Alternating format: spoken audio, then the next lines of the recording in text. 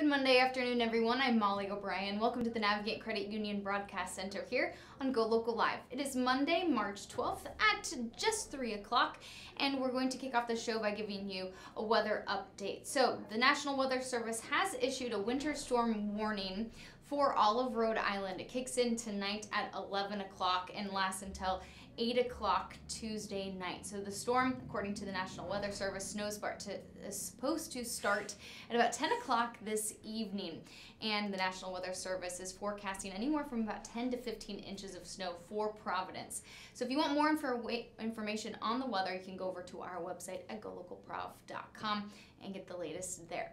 We have a packed show for you this afternoon. We're talking to Robin Garceau of Robin Garceau Interiors. She's kicking things off here. She's joining me in the Navigate Credit Union Broadcast Center. Robin, it's so nice to see you, as always, on Mondays. Nice to see you, Molly.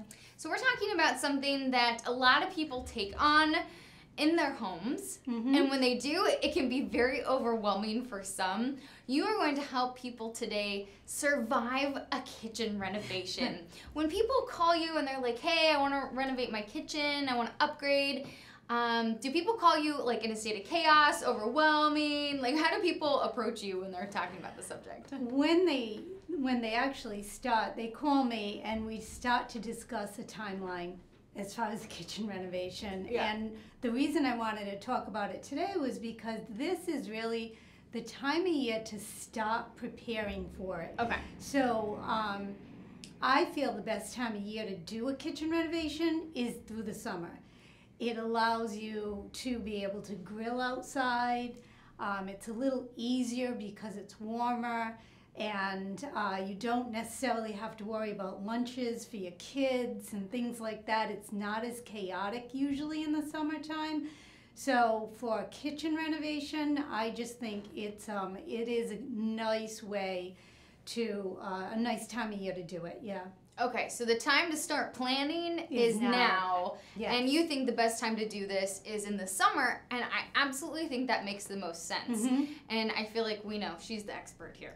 So we're going to help you survive a kitchen renovation today. I myself have not gone through one, but I know many people who have. I've walked into their homes, and it can be very chaotic. It can be very stressful for people, but we want to minimize that today, and Robin is the expert, so she's going to walk us through it. So you say the first thing is forget about colors, forget about texture, forget about your appliances, stop. Just stop doing that. The first thing you need to do is make a plan. Make a plan. Okay. You want to start to talk to different contractors. How big of a job is this going to be? Are you just going to redo your cabinetry, or are you going to add on to your house? If you're going to bump out a wall, that to me is a major renovation. You may want to bump out that wall and add a guest bathroom, a laundry room, and so now the whole area, it is a kitchen renovation, but it's really the bathroom and laundry and everything, so it just makes your whole house more functional. So that to me is really where you want to stop. How big is the job? Then you start to figure out who you're going to get as your contractor, which if you are going to do a renovation of that length, you really want to have maybe a general contractor, a project manager. You may want to hire a firm per se, rather than just a contractor who's going to rip out kitchen and that kind of thing. Because it could end up being longer, right? Right. Well, what you have to decide, you have to decide too. You're going to hire a general contractor. What that is the person who's going to oversee your plumber, your electrician, the tile installation, all of those people. So if you don't hire somebody to oversee that, you're the one that's going to have to actually do it yourself. And are you going to want to take that on? Because it does get pretty intricate. You have to schedule certain people at certain times to kind of work off of each other. So it really does get complicated. And I don't know if you're going to want to do that yourself.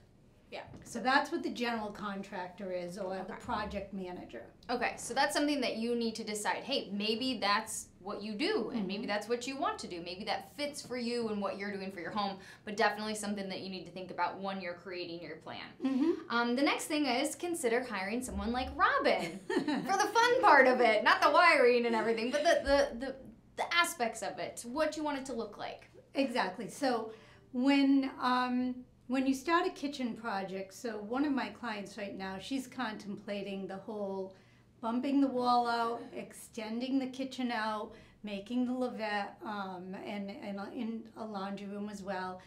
So someone that knows interiors as well as structural can help with the architectural design as well as the colors and things like that. But that whole structural aspect is really important right from the beginning. So you don't even really talk about colors and things until you have specific plans laid out 1, 2, 3, 4. And it makes sense too, because you see a lot of times you want to be able to work with what you want and the flow of your family and your flow of your everyday life. And so you might know in your head what you want, but you need to work with people that understand the home, the bones, the structure, and making sure it works for you. So it's good to have people on your team that can make it all come together. Absolutely, right? Yeah. And that's where you come in. Yeah. All right, so a couple other things that you said in the plan, and you kind of talked a little bit about this, but the scheduling. So, and when you're in terms of picking a general contractor, they can be tough to get in because they're very busy. So getting them on a schedule can be tough. Talk about that and just coordinating people. Exactly. Especially now, everybody is so busy that if you're thinking about it, you can't call them up and expect them to be there in even 3 weeks, 4 weeks. Geez. You may have to schedule them like 2 or 3 months out, especially for a project of this size. Wow.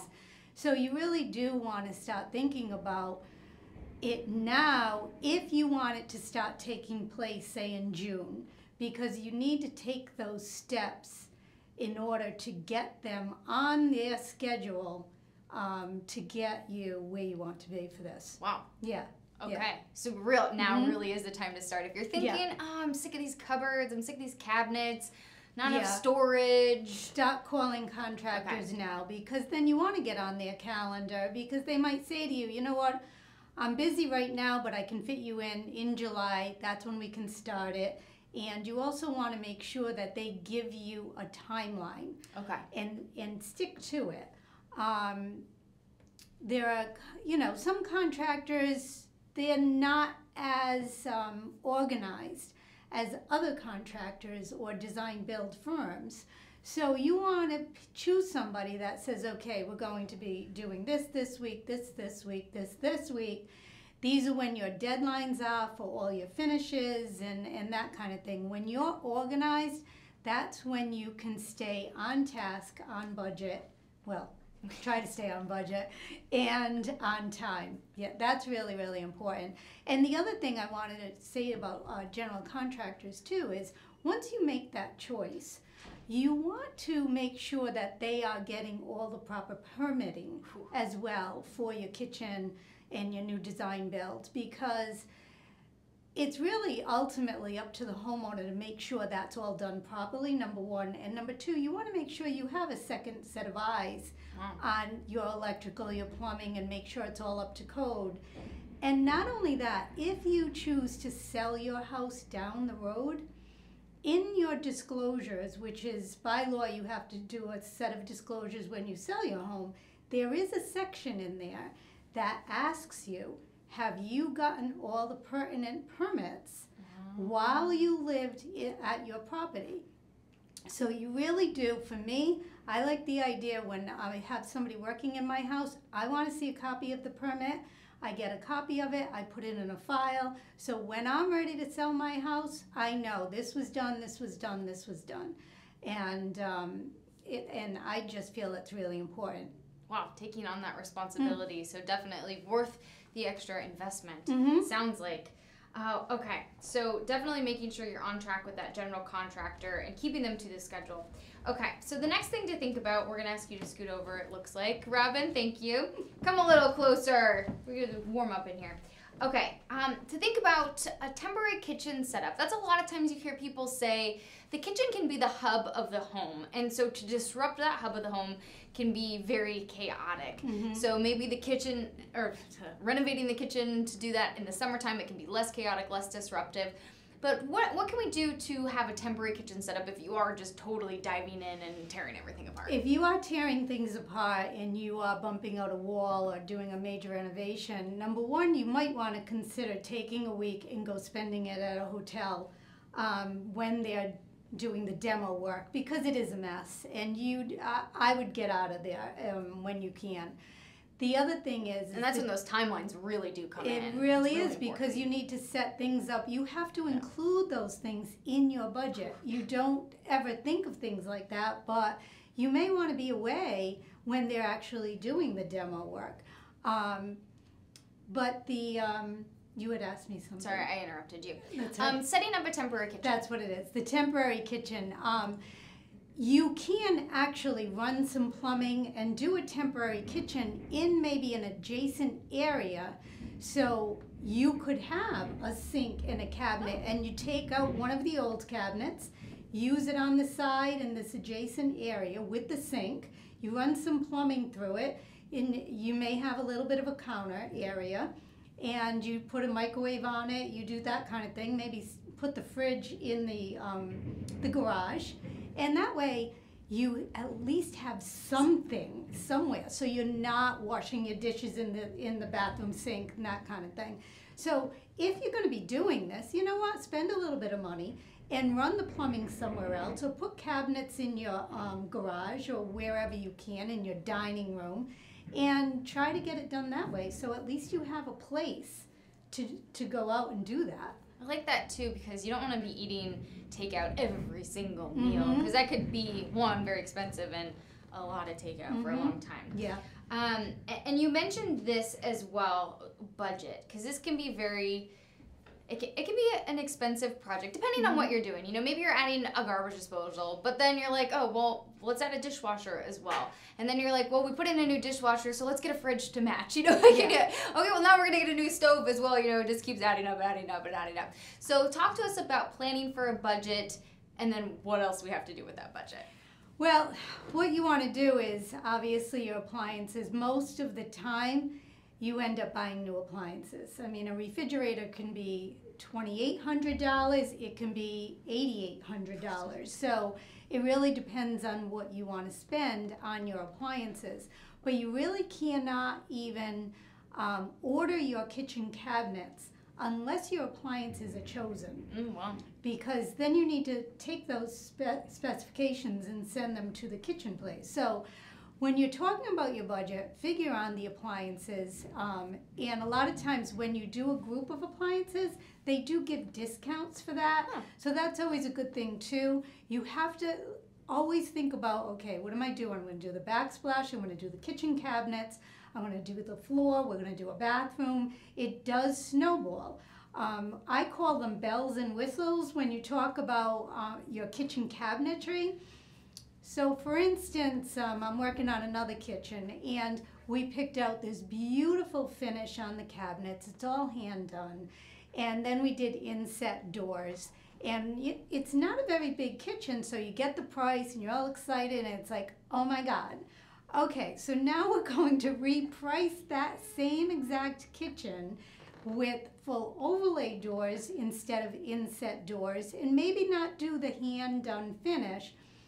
And that may take it down $15,000, $20,000. So there are ways to do things. Yeah. So you do it in a way where, okay, maybe we want this, but you can drop it down here to here to here based on the bells and whistles. Okay. Okay. So set that budget. Set the budget and then add 20%. I always tell people just add the 20% to your budget, because you know, when you're focusing on tile and you love something and it's, you know, $80 a square foot or something, and you're like, oh my God, I have to have it. And that's when things start to snowball a little bit better, a little bit more. And you don't want to get frustrated. That's true. It's easier to just go from a budget from I'm going to spend this to, okay, I have no budget, here it is. And I've talked about this before about other interior spaces. When you say I don't have a budget or we start from zero, every little dollar you spend gets to be like, you cringe because it's this, and this. Rather than, here's the amount, this is what we're spending, add a little bit more because we know we'll probably go over. And if we don't, that's great. But at least if you do that, you'll feel better in the long run. Plus then, if you have extra charges that you weren't anticipating, like the contractor has a permit that costs more, whatever, I don't know, just miscellaneous charges that you weren't anticipating, you can pay for that because you added 20%. And you start ripping out cabinets and you do new plumbing and all of a sudden, there's a problem. There's a problem behind there. You might have had water damage. Things have to be pulled out and replaced. Exactly. Your floor you might need new subflooring that you didn't anticipate. So yeah, there's definitely issues once you start pulling things apart. And if you don't go over budget, you can buy a new blender or something. Right? Exactly. Treat yourself to something nice. Yeah, definitely. Okay, so that was kind of part of the planning. The second step for surviving, and those were all like subparts for the planning stages, then you say you can actually get into the structural design of the kitchen. So yourself can come in, interior designer, and you can have some fun deciding what's gonna go where, what you can look at. How do we step into that structural design aspect of the kitchen? Once we have the basic measurements of the kitchen, then you say to yourself, okay, what do I want and what do I need? Do I bake? Do I cook a lot? I need a lot of drawers for pans. You may want drawers instead of cupboards, like with the doors. Do you need trays? A lot of trays. Do you need spice racks? Do you love to bake? So I need a lot for baking, bakeware, that kind of thing.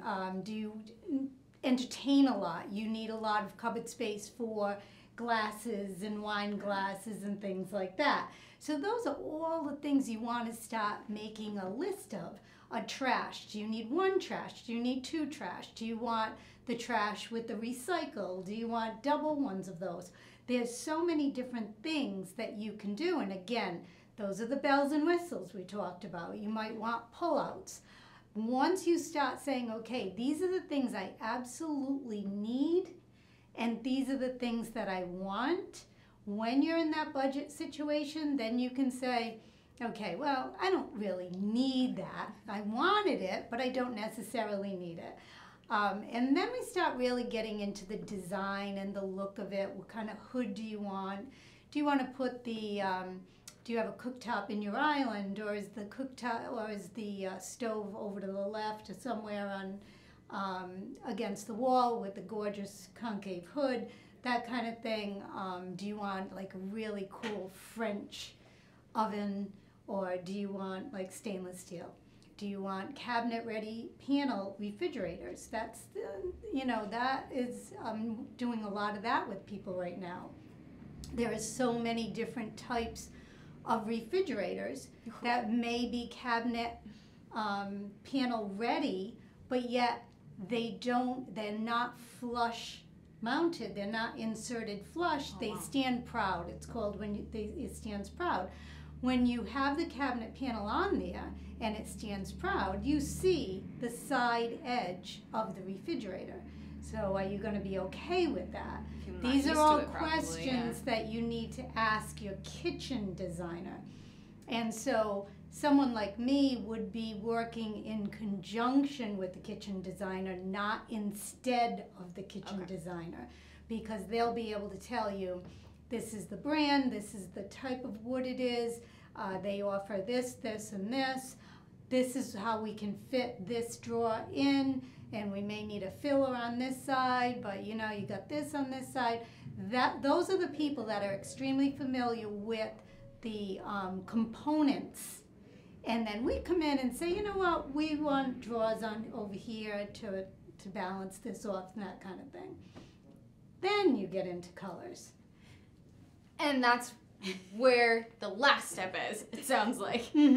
Lastly, we get into colors. Yeah, Yeah, there's a lot to do to prepare before you even get to that stage. And as an interior designer, I'm always like, okay, yeah, of course I want it to be beautiful and the colors and things like that. But if you're working with an interior designer that understands structural, then they will guide you toward the steps that you need to do before you even get into the colors and the look and the style and all of that, because there are so many steps that you need to take before you even get to that point. We didn't even get our hands on a kitchen. We were just helping you survive. Robin, that's awesome.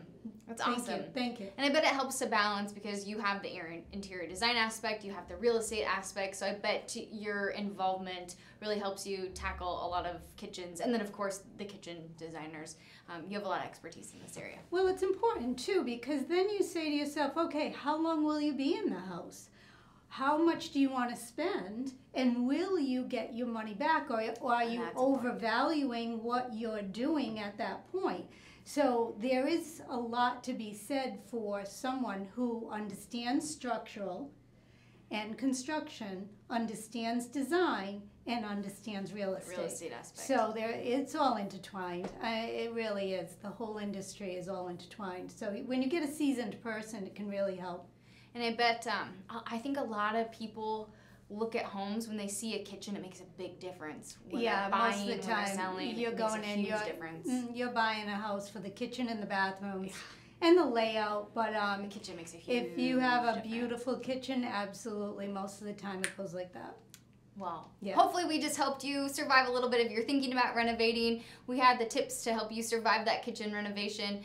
So Robin Garceau with Robin Garceau Interiors, thank you so much for joining us today. You're welcome. Always a pleasure. It is. All right, we're going to get a quick setup here for our next guest on Go Local Live. Hang tight with us. Thank you so much, Robin.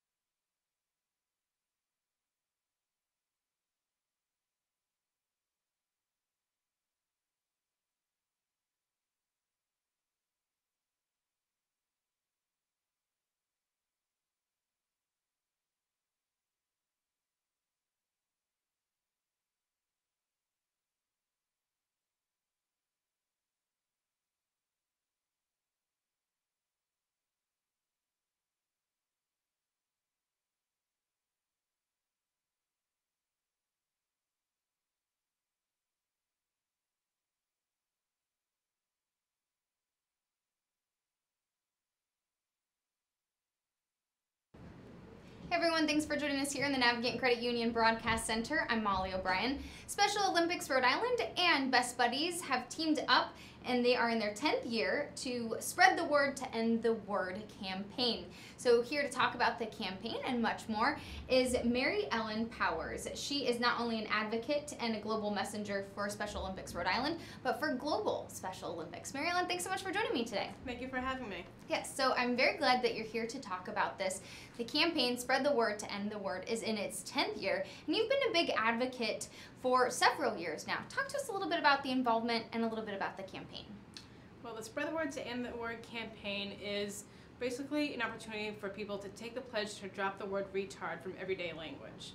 And it's important that we take this pledge because that word is very hurtful to people who have intellectual disabilities. It began as our medical diagnosis in mental retardation, but somewhere along the line it became like a synonym for stupid or dumb. And even when it's not directed at people with disabilities, we are still offended by it.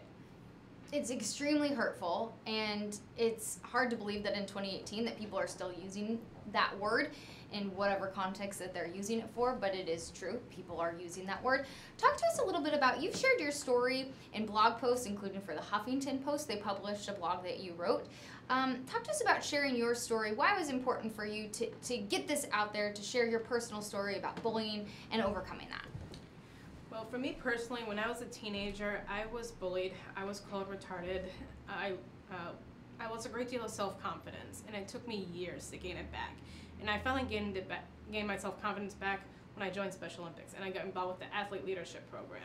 And athlete leadership is where athletes can demonstrate leadership skills within the community in Special Olympics, like being a global messenger or serving on committees. And I learned to build my voice back again, become a strong athlete, and somewhere along the line, I became a lot more confident in standing up for myself and for the people that I care about, because the athletes that I've met through Special Olympics, my younger brother who has autism, the students I used to work with at Meeting Street, I was a teacher assistant there before I came to work with Special Olympics Rhode Island. Every time I get out there and advocate, stand up and say, that's not a nice word, these people are not retarded, I'm standing up for all of them and say, we've had enough. We want this to end, because it is very hurtful. I think those words are so powerful. And something that you wrote was, it is powerful. You wrote, "We aren't being politically correct," or the word police. Talk to us about what you mean by that, because words have such powerful connotation. Absolutely. And when I first became an advocate for this, I stood out against a movie that was released called Tropic Thunder, where the word was used consistently throughout the movie. And I did my homework. I saw the movie before addressing the media, along with the former CEO of Special Olympics. It was very painful for me to sit through that movie. It was used completely in the sense of being stupid, or having you're pretending to be someone with an intellectual disability, and just constantly saying, I was retarded, constantly. And it was so painful that I couldn't sit through the entire movie, but I sat through just enough to hear it used. I don't know how many more times it was used after that, but that was the day I finally broke out of my shell completely. I stood alongside Mike McGovern, who was the CEO at the time before he retired, and we addressed the media. We spoke to news stations. We did interviews with newspapers, and we thought, this is not funny. And this has made a global movement, and it's not just the people with intellectual disabilities. We're not being the word police. We are compassionate people, and we've been hurt by the word too many times. And as a family member, it's painful hearing people say it about your son or daughter, or your brother or sister. I can't begin to tell you what it was like for me as a teenager, going home crying from being called that, being called fat and ugly. And it's important for me to be that voice for people who are still afraid to stand up for themselves, like I was when I was their age, or even adults today who are still called it. I think it's incredible that you're being the voice for people, like you've said now, and like you're saying in the post that you've written before, that you want to be that voice for people who just aren't quite ready to be their own voice yet. And I think that's amazing. And people are encouraged to be a voice as well, and to use their voice in a better way, in a more positive way. What can people do? Let's start off by saying they can take the pledge, right? Mm-hmm. So you can go to it's like a -word.org. I've taken the pledge myself. Talked about how people can take the pledge besides just signing up online. What can people do every day to be kinder to each other and to quit using that word? Well, it's been hugely involved in our schools, especially in high school and middle school. Middle school is the worst for me socially. I think for everybody. Yeah. I don't want to speak for everybody, but a lot. Yeah. And even more so for people with disabilities, because we have a harder time standing up for ourselves. So they've taken the pledge in schools, but it's not just kids. Adults need to learn it too. And it's taken such a powerful message that even celebrities have taken the pledge. And people around the world are doing it. So, before when you mentioned about the word police, I remember doing an interview and someone said, "Oh, we're being the word police." Or I've seen negative reactions to me standing up and addressing people and saying, "Oh, they're being politically correct." I'm thinking, no, we're not. We're just compassionate people who have been hurt by it. And the more people listen to us, the more we are spreading that message. So yes, they could take the pledge in their schools. They can do it. To me, any day. To me, Spread the Word Day is every day. Yeah. Do you think that it comes down to education about what the word means and knowing that it's hurtful to a lot of people? Do you think it comes down to just really educating, starting in elementary school, starting in middle school, and really continuing into adulthood, just educating that it's not okay to use this word in that connotation that you're using it? Absolutely, and I learned through the campaign, if I could have an effect on one person and change their perspective and tell them, how hurtful this is, that would mean the world to me. And I've made an impact on at least 2 people that I know who have said it before, but never in the context to hurt somebody, just to mean stupid. And they thought, oh my God, I'm doing something wrong. This is hurtful. And they've learned not to say that. So that meant the world for me, just knowing that it made an impact on those people. But, reaching out to other people with intellectual disabilities, keep spreading that message because people are listening. I think you've probably made an impact on more than 2 people. But we'll let you think. If you only think it's 2, we'll let you think of it. But I think you've probably made an impact on more than 2 people. So I think you've made quite an impact so far. I think it's a really powerful message, and education is crucial, and kudos to you for continuing to spread the message. If you're interested, you can go on and take the pledge. It's r-word.org. I'll have a link on our website. Let's talk a little bit about the advocacy work you do within the community. You mentioned that you worked at Meeting Street School, a neat opportunity there, and now you're working at Special Olympics Rhode Island. Talk to us just a little bit about your involvement at Special Olympics and what this opportunity has been like for you. Not only are you an athlete, but now you're working there, and your involvement on the 50th anniversary here in Rhode Island. Well, I wear a lot of hats in a nutshell, but first and foremost, I'm an athlete. I compete in swimming, unified bowling, and unified sailing, and the unified sports are where people with and without disabilities can participate in sports together. Cool. And so from that, I went through athlete leadership training.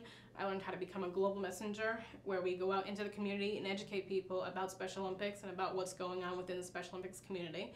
I've been involved with our State Summer Games Planning Committee as an athlete representative. I now serve on a Special Olympics committee through North America Athlete Leadership. And in 2011, I was invited to the Special Olympics office for a visit, and then they offered me a full-time job. And even though I loved my previous job at Meeting Street, I fulfilled my childhood dream working there, being a teacher, and a teacher assistant. But then Special Olympics came to me, and I thought, I want to give back to them what they gave me, my confidence. And it was, I still remember the day it happened. It was spectacular. It was like a kid finding out they're going to Disney. It was that exciting. But then from that moment on, I just kept developing more confidence in my daily job with every task that I perform. I'm involved with our 50th anniversary planning committee, helping prepare for what's coming this coming year with our 50th anniversary. And I recently learned that I'm going to be going to Chicago for the 50th anniversary celebration this coming July. Oh, that's so cool. Okay, I was going to ask you, what inside scoop can you give us? That's pretty big. Cool. What will you be doing there? I'm going as an athlete leader through my involvement on the Special Olympics North America Athlete Leadership Committee. And that's all the details I can give for now. Okay. All right. Well, hopefully you'll fill us in then, right? Yeah. Later? Okay. All right. Maybe we can Skype in from Chicago this summer. That would be pretty cool. So you've done all that, but you all, like you said, Mary Ellen wears many hats through her duties with Special Olympics Rhode Island. It's my understanding that because you have been an advocate and kind of an ambassador, you spoke at the 2010 Global Congress in Morocco, where you addressed over 600 people, including the Princess of Morocco. Mm-hmm. My goodness, royalty! What was that experience like for you? It was a remarkable experience, and I had to mention I'm also a co-host on Special Olympics Rhode Island magazine, which is a television show here in Rhode Island that airs on Cox. That the entire crew are made up of Special Olympics Rhode Island athletes. I forgot to mention that in the last question, so I wanted to make sure I mentioned it now. But Morocco was truly amazing, an amazing experience. I was one of 17 athletes selected from the country to go and attend the Global Congress, and I was one of 5 who stood on stage before the entire Congress, which consisted of over 600 people, including the princess. And I was nervous at first, but I got some advice from people who work at Special Olympics headquarters, and they said, your speech is great. You don't need to tweak anything, because we had the opportunity to do that before our presentations, and they said, it's perfect the way it is. So it was incredible, the whole experience, learning about the culture there. You dress in, women have to dress in layers, and I got to see a marketplace. I even got to sit on a camel.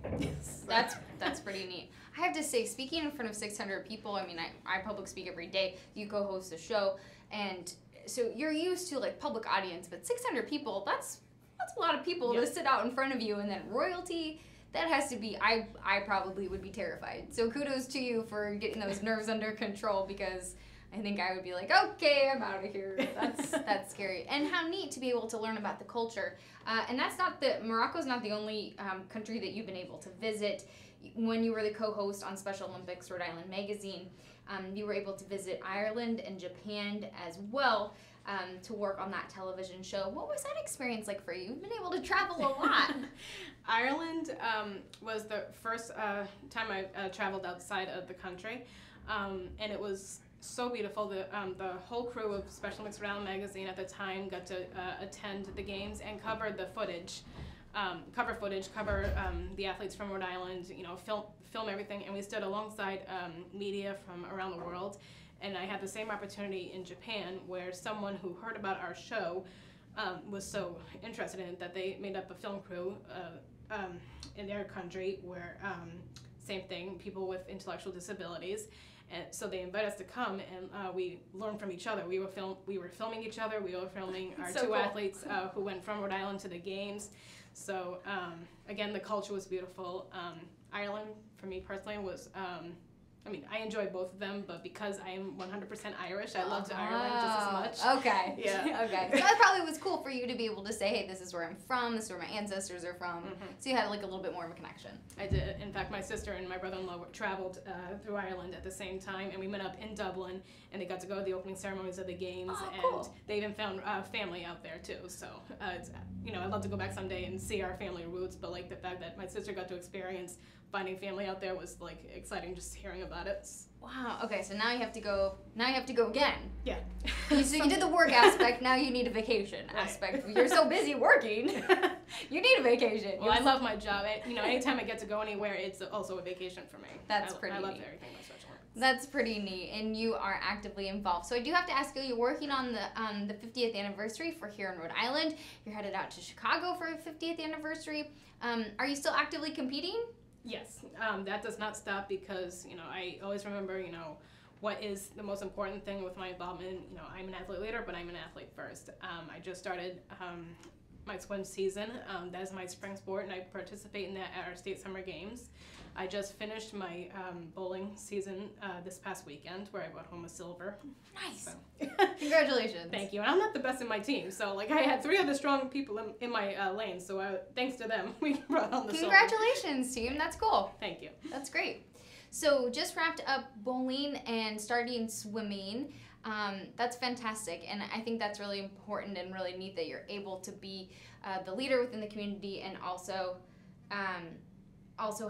be able to work your way as an athlete as well. So Mary Ellen Powers, thank you so much for joining us today. I really appreciate that. We are going to put links up on our website as well if you are interested. Again, we're talking about the Spread the Word to End the Word campaign, and you can read part of Mary Ellen's blog post as well. So thanks so much for joining us. Thank you for having me. All right, we're going to get it set up here for our next guest on Go Local Live. Hang tight. Thank you so much. That was great. Thank you.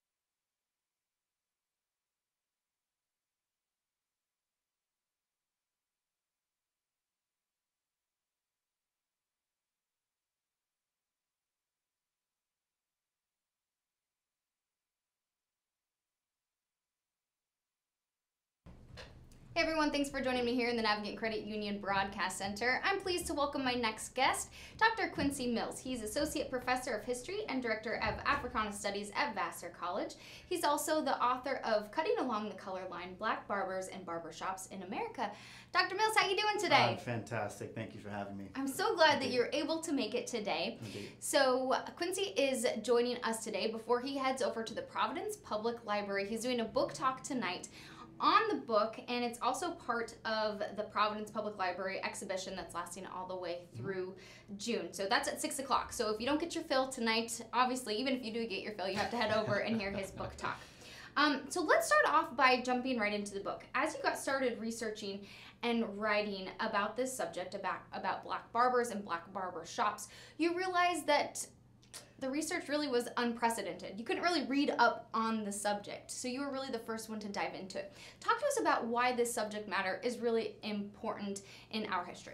Yeah, so there's a way in which, and certainly this platform of focusing on local stories, local issues, local communities, barbershops have historically been those kinds of spaces, right? In an era of going international, globalization, there's a way in which barbershops provide that intimate history of a neighborhood, of a community, intimate history of customers and patrons and barbers and so forth. And so there's a way in which digging deep into the history of black barbershops was in some ways digging deep into the history of black communities, but also digging deep into the history of service labor.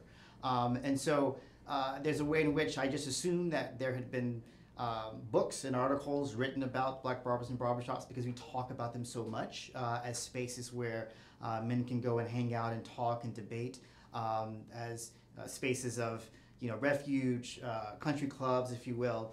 But in fact, there hadn't been much done. And in some ways, there hadn't been much done because I believe that most scholars assumed that it would be backbreaking work, right, to capture those very detailed local stories. But in doing the research, I discovered that actually it wasn't as hard as I thought it might be. It wasn't as hard largely because in digging back into archives from the 19th century, I discovered that most black barbers were, one, fairly wealthy. They were fairly wealthy because they were exclusively grooming wealthy white businessmen and politicians. And they made quite a bit of money doing that, to the extent that they actually even excluded black men from coming into their shops. They did this largely because those white patrons did not want to be shaved next to a black person who was being shaved. And so I like to argue that it wasn't so much the barber making the decisions about who could come in, it was those white customers who were making that decision for them in some ways. And so that history fascinated me. That wasn't the barbershop that I expected to find, but it was certainly allowed for this larger arc, right, of these 19th century black barbershops grooming white men to these 20th century black barbershops grooming black men, and looking at that long history to see how the profession emerged, how these spaces emerged in black communities, and certainly in downtown white communities as well. That's the story I tried to capture in this book. I think it's so fascinating how you are able to capture it and how you're able to talk about the economical impact that these barbershops have made and the barbers, the political impact that they've made, the social impact they've made. Were you surprised at all going into it what you were able to find? Yes, I was surprised. So one barber, George Myers, from Cleveland, Ohio, he was a barber in Cleveland in the late 19th and early 20th centuries. And he was William McKinley's barber before McKinley became president. Once McKinley was elected president, McKinley's campaign manager named Marcus Hanna, I like to call Marcus Hanna the Karl Rove of the Republican Party back then, right? This is when the Republican Party was much more liberal. And so through Hanna, George Myers was able to gain some political clout. And so Hanna and McKinley tapped Myers to organize black voters, right? To convince African Americans to vote the Republican ticket, to organize political forums and parties and so forth.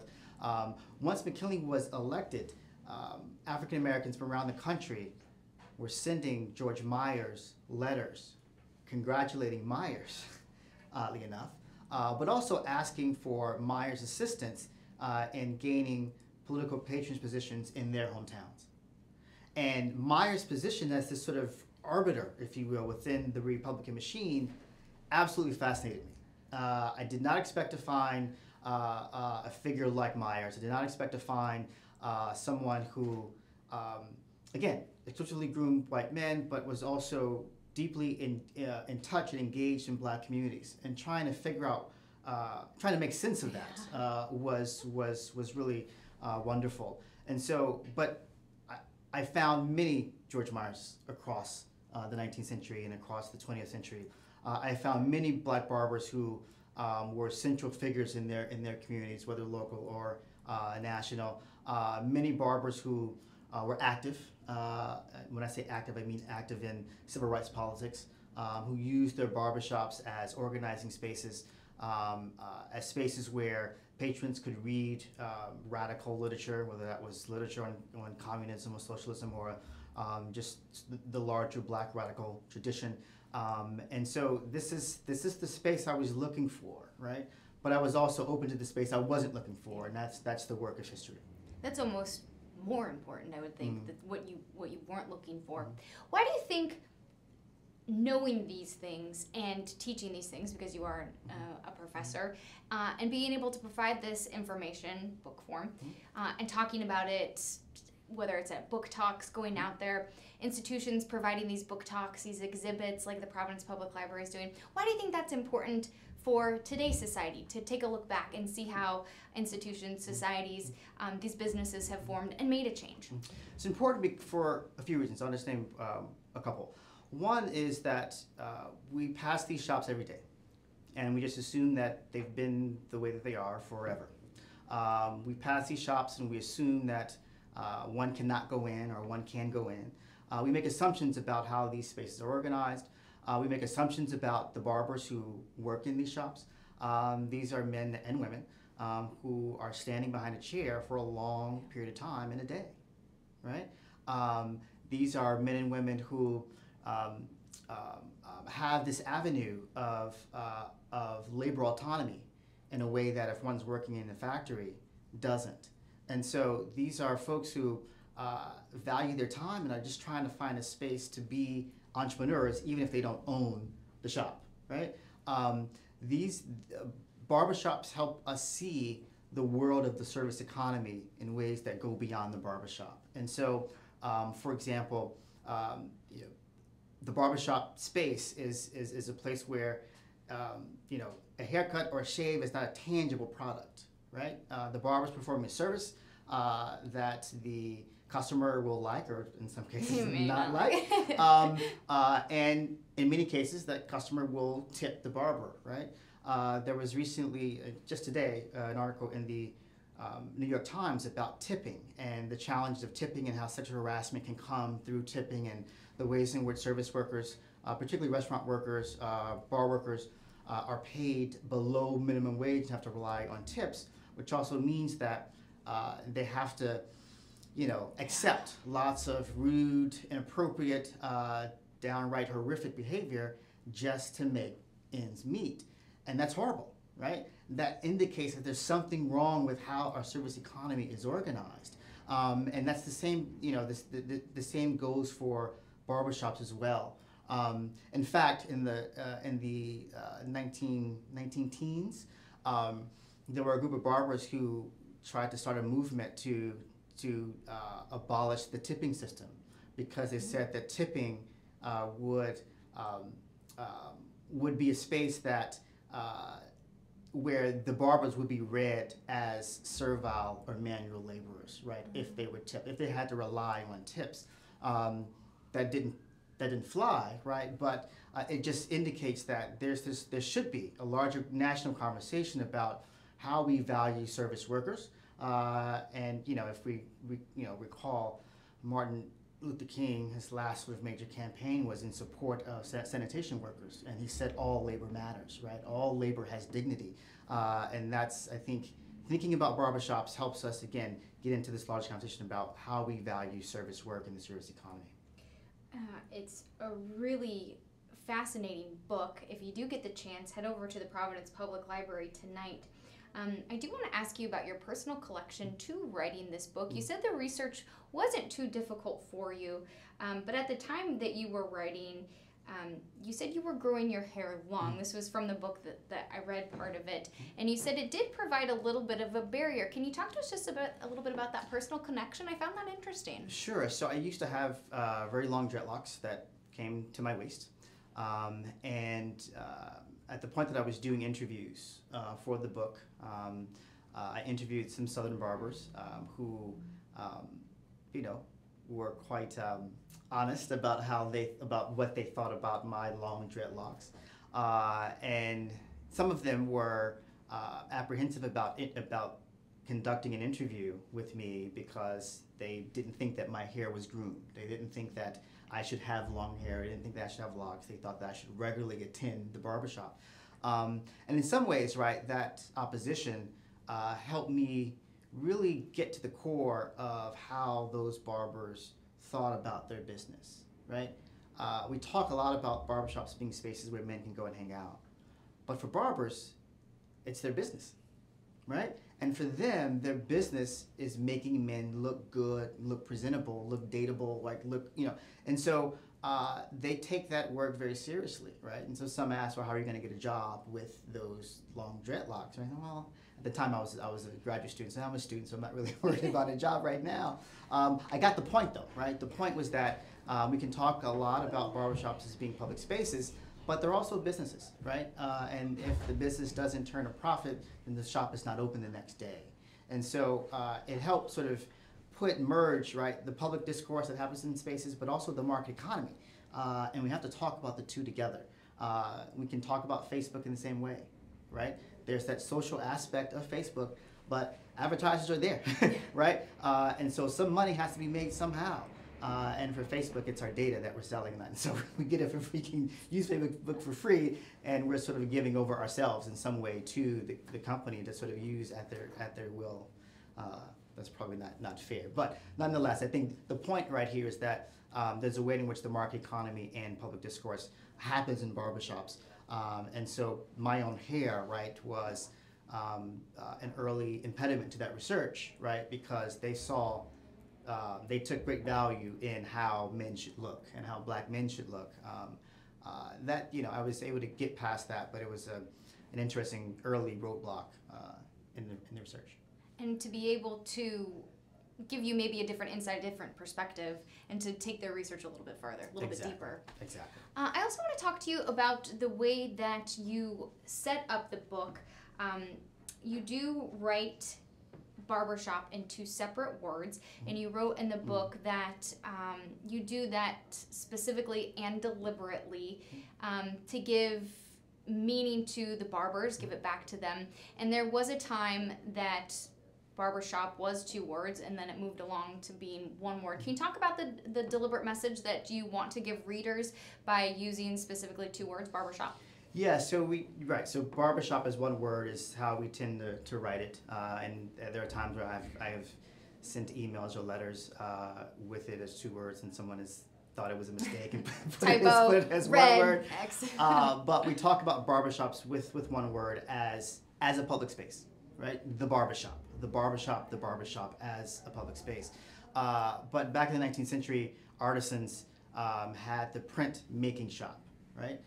And the barber shop, right? It was a space that the barber who had great skill, that was his shop, like the carpenter's shop. And so by going back to barber shop being split was a way to say that we should get back to the work that barbers are doing in this space. That doesn't mean that we can't talk about the public space or the public discourse, but barbers are doing some great work here, right? They are. This is a creative field, right? And so the work, and I think barbers see men's heads as a canvas, if you will. And so the ideas that are coming from these men and women are just absolutely extraordinary. And so thinking about the labor, right, the creative labor that happens from barbers has not been discussed enough. And so I think that's the major reason why I wanted to emphasize barbershop in this book and this work. I think it's an absolutely compelling story. I think it's beautifully written, the part that I was able to get my hands on in time for this interview. I look forward to you having your discussion and your book talk tonight at the Providence Public Library. We got to get you out of here for that. What are you looking forward to being able to talk about to the general public tonight? Obviously, you do quite a bit of lecturing and chatting with students. General public tonight. Yeah, so I look forward to people's experiences, listening to everyone's experiences. I suspect that most of the folks in the audience do not regularly frequent barbershops, and so I look forward may or may not, exactly. Yeah. I look forward to sort of connecting the exhibit with my work, the exhibit which is all about hair. My book doesn't focus on hair, and so merging those two, right, the shop and hair, and how we think about the politics of hair, and how it engages our identity, and how we sort of come to strangers and familiar folks through our hair in some ways. So I just look forward to a broad-based community conversation, and the most exciting thing is I don't know what kind of questions I'll get. So, so I look forward to the uncertainty there, which is it. Is it okay for people to ask questions? I feel like in 2018, people get nervous about question asking. Oh, that's what it's all about. Otherwise, I could Skype in from Poughkeepsie, New York. Exactly. I must have questions. That's what intellectual inquiry is about.